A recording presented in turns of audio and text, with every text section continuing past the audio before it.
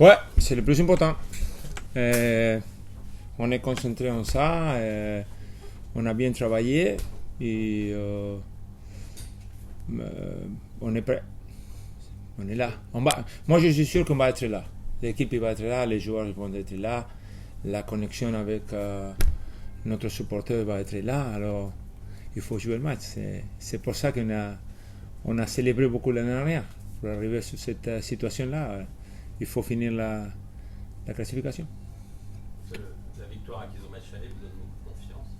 Ouais, c'est la moitié des matchs, non? C'est comme que si tu marques demain avant la position, ça va te donner de confiance, ça va être plus difficile pour les autres, il faut continuer à jouer quand même. Tu sais, le football, ça change vite. Hein? Un but, il arrive de rien. Même d'une erreur, même d'une décision. Alors, il faut te concentrer, il faut jouer le match. On le connaît bien, on a bien regardé. Mais puis, ils ont continué à jouer le week-end de la même manière. Il faut jouer le match. Rien du tout. Rien de plus, je dis. Et vous avez une semaine de préparation en plus aussi? Ouais, on a continué. Tu sais, c'est une bonne question ça, parce que on a continué à travailler dans la préparation physique aussi. On ne s'est pas arrêté là. Alors, on continue comme un mix. Non? Les premiers 2 jours de la semaine, ça continue la préparation avant le championnat. Mais en même temps, il faut s'arrêter un petit peu avant les matchs pour être bien physiquement. Alors, c'est un peu mix. Comme ça, on ne s'arrête pas de travailler la part aérobique et anaérobique. C'est peut-être ça justement qui vous manquait au match aller, la deuxième mi-temps, le côté physique. Mais je pense que c'était la définition, c'était bien de tous qui ont parlé de match. C'était un match piège. C'était un match deuxième mi-temps, tu ne savais pas si c'était l'Europa League ou un match amical. Mais les deux côtés. Pas non. Moi, j'ai toujours dit que pour un match être exceptionnel, tu as besoin de 12 équipes. C'est pas une seule. Et les 2 équipes étaient que c'est que ça. Ça ne marchait pas. Alors, pour nous, on avait marqué déjà. On était bien. Mais là, ça va être différent. Ça va être différent parce qu'on joue à 20h45. Ça va être mieux parce que le terrain de jeu il est fantastique. C'est incroyable. Ça va aller plus vite. Je pense qu'il va y avoir même un peu plus d'atmosphère, d'ambiance. Ça, c'est la situation. Alors, normalement, ça va être mieux pour jouer après le résultat. Il faut attendre. Ça va être différent aussi parce qu'ils vont être cette fois-ci vraiment obligés d'attaquer. Je pense que la différence là, c'est que même de plus maintenant, Ventspils, il n'a rien à perdre. Et nous, on a beaucoup à perdre. Ça, c'est la différence de ces matchs-là. Parce que déjà, il était peut-être 50-50, et là, c'est changé parce qu'on a fait un bon résultat là-bas, et la différence est dans les 2 équipes. Alors, il faut prendre les responsabilités, jouer le match et passer l'éliminatoire. C'était le premier match sans Malcolm. Qu'est-ce que ça change sur le terrain pour vous? Ouais, la différence. Il faisait la différence. Nous, on avait une organisation et un système de jeu basé sur beaucoup de choses organisatives et d'être ensemble. Et après, on avait, avec Malcolm, un joueur différent qui te gagne le match tout seul. Alors là, on essaye d'autre chose parce que le personnel il est différent. On ne veut pas mettre Seydou sur une pression extra. Déjà, il a très bien fait de nous aider là-bas, mais il faut continuer à l'aider petit à petit. Il ne faut pas le mettre là tout de suite.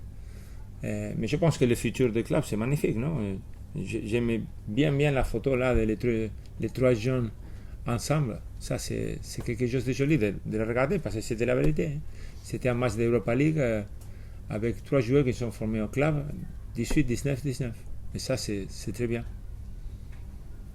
Est-ce que Lucas Jahreger va jouer? Il vient avec nous.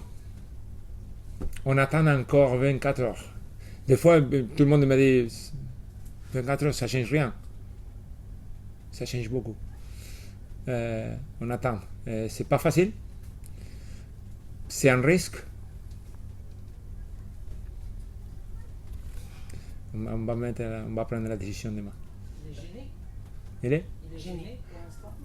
Non, je pense qu'il était mieux de ce qu'on attendait. Parce que la première décision, c'était de faire pratiquement rien toute la semaine. Après 2 jours, si vous connaissez bien Lucas, il faut qu'il fasse quelque chose. Alors, il a commencé déjà avec le vélo dimanche, je crois. C'était dimanche. Et après, lundi ou mardi, il a commencé à courir. Alors, on essaye d'arrêter, mais c'est Lucas Nelacar, il ne s'arrête jamais. Là, c'est un problème qu'il n'a pas entraîné avec nous. Alors, ça, c'est vraiment individuel aussi, non?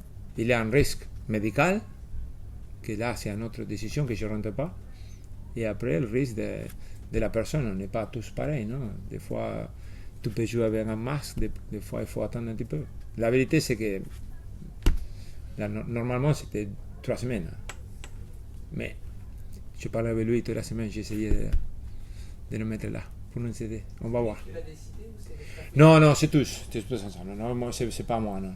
Je peux pas. Je peux pas parce qu'il y a beaucoup de responsabilités médicales. Alors, si on arrive demain que médicalement c'est pas possible, c'est ça. Et tu joues avec un masque de toute façon. Ouais. Je sais pas quelle couleur, mais ça me... Vendredi, il y a eu une grosse annonce pour le club avec ce futur possible changement de propriétaire.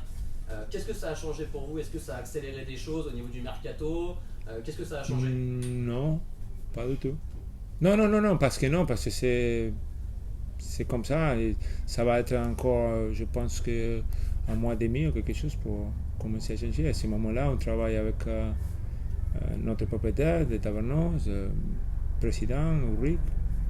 Pareil, vraiment pareil. Rien s'est changé encore. Du coup, ça ne vous soulage pas de savoir qu'au moins on sait ce qui va se passer, alors qu'il y a une semaine, vous ne saviez pas trop ce qui allait se passer avec le club? Oui, c'est vrai ça, mais il faut attendre, non, jusqu'à la fin. Là, ça fait déjà, c'est vraiment important que c'est passé, mais encore, c'est pas fini, alors on va attendre jusqu'à la fin. Est-ce qu'un changement comme ça de propriétaire en cours de saison, c'est pas compliqué à gérer pour vous? Oui, je l'ai déjà dit, ouais. Mais ça c'est des choses que ça change. Je pense que c'est compliqué pour tout le monde. Hein. Tu sais, la parole, les mots changer, changement, fait du mal. Hein. À tout le monde commence à regarder ce côté, que ça va passer, que ça va changer. Mais ça, c'est normal, c'est dans tous les travails. On n'est pas différent. Pas du tout. Du coup, est-ce que ça va s'accélérer pour le mercato là? Je sais pas. Si tu veux, tu peux parler avec Ulrich. Parce que lui, il est en charge du mercato. L'attaquant dont on a parlé hier, après Salibu, c'est... Je ne sais pas comment vous faisiez, mais vous avez beaucoup d'informations. Moi, je n'aime pas du tout quand les noms sortent sur la presse. Le joueur il est plus cher après, il y a quelqu'un qui dit « Oh, Bordeaux, il est intéressé en ce joueur », on le regarde, on fait une offre. Moi, quand je travaille, j'aime bien quand il y a personne. Que quelqu'un, des fois, ça parte. Ok, on peut toujours mettre la responsabilité sur l'agent. Tous. C'est tous les agents de tout le monde qui parlent avec vous tous les jours. Alors, c'est dommage parce que je te dis qu'il influence beaucoup. Hein. Je sais que vous avez besoin de l'information et c'est votre travail. Et je comprends. Hein. Et si j'ai l'information et je suis un journaliste, je le mets sur le journal. Mais pour nous, c'est pas bien. C'est pas bien parce que ça complique beaucoup les choses. Comment vous avez vécu les quelques critiques à votre sujet? De part de la part de certains journalistes, de ce qui se dit Moi, je suis là, devant toi, les caméras. Ça vous touche? Ça vous blesse ou... Mais non, mais le problème, c'est que moi, je parle avec toi et tu parles de quelqu'un. C'est qui quelqu'un? Personne n'est venu à moi me parler tête à tête. Personne ne m'a dit que c'était pas bien de faire une chose ou l'autre. Personne. Alors, si tu parles de quelqu'un, c'est facile. Là. Je vais dire à toi que quelqu'un m'a dit que tu es n'importe quoi. Et tu me dis, c'est qui qui a dit? Allez, j'ai 50 ans, je ne suis pas un gamin là qui vient parler des rumeurs de quelqu'un du club. Vous n'avez pas eu d'échange avec vos dirigeants sur votre manière de gérer? Non, je ne demande rien. S'il y a un problème avec moi, c'est à eux de parler avec moi. Moi, je n'ai pas de problème avec personne. Je suis concentré au match. Je te dis 100% que les joueurs vont être là demain. Les supporters vont être là. la relation elle est magnifique, on a fait quelque chose ensemble extraordinaire. Pourquoi on va changer ça? On se concentre sur le plus important, le match de demain. Vous regrettez que Bryce White et Meite n'ont pas été achetés par le club? On le connaissait bien, c'est plus facile pour le manager, pour le coach de dire lui et lui. Mais j'expliquais déjà, je pense que pas beaucoup de monde il a écouté mon conférence de presse du 3 juillet. Vous avez parlé seulement de la part critique, mais j'ai dit que je comprenais bien que c'était vraiment difficile pour le club de faire des achats, d'amener des joueurs sur la situation que tous les jours c'était demain les changements de propriétaire. C'est pas là, c'était pas intéressant pour vous, pour moi, c'était la vérité alors. C'est pareil, c'était difficile, c'était pas facile. Mais on est là, c'est comme je te dis, nous, les joueurs, les défenses, demain, on est là. Ça, c'est 100%. Si Malcolm vous allez avait garder, été... Ouais. Est-ce que vous allez garder l'option que vous avez choisie sur les deux derniers matchs avec 100 carrés en points, sachant que Je vous peux avez pas te dire là. Pourquoi? Tu joues avec les toits. Dans cette option, en sachant que vous avez- L'explication que je peux te donner de ça, c'était mon décision, basée sur une raison tellement facile à comprendre. C'était une décision défensive avec la ténacité, agressivité de Igor et la présence, expérience de Sankharé. On était clair, 100% que la possibilité de prendre un but, c'était sur un contre-attaque et sur un coup de pied arrêté. Et j'ai joué tous les joueurs les plus grands qu'on a au club. Tous. La banque, c'était la plus petite de l'histoire de Bordeaux. Et on n'a pas pris un but. Après, que vous êtes content avec mon décision ou pas, avec tout le respect, je m'en fous. C'est moi qui prends la décision, c'est moi qui va être viré, c'est moi que... Si je prends des décisions pour vous, alors vous n'avez pas besoin de moi. Et demain, ça change quelque chose, et ça va dépendre de Lucas. En même temps, en prévision des autres matchs, bon, on peut en parler déjà, mais qui risquent d'être forcément plus durs et très rapprochés, que ce soit les Suédois ou surtout les Ukrainiens.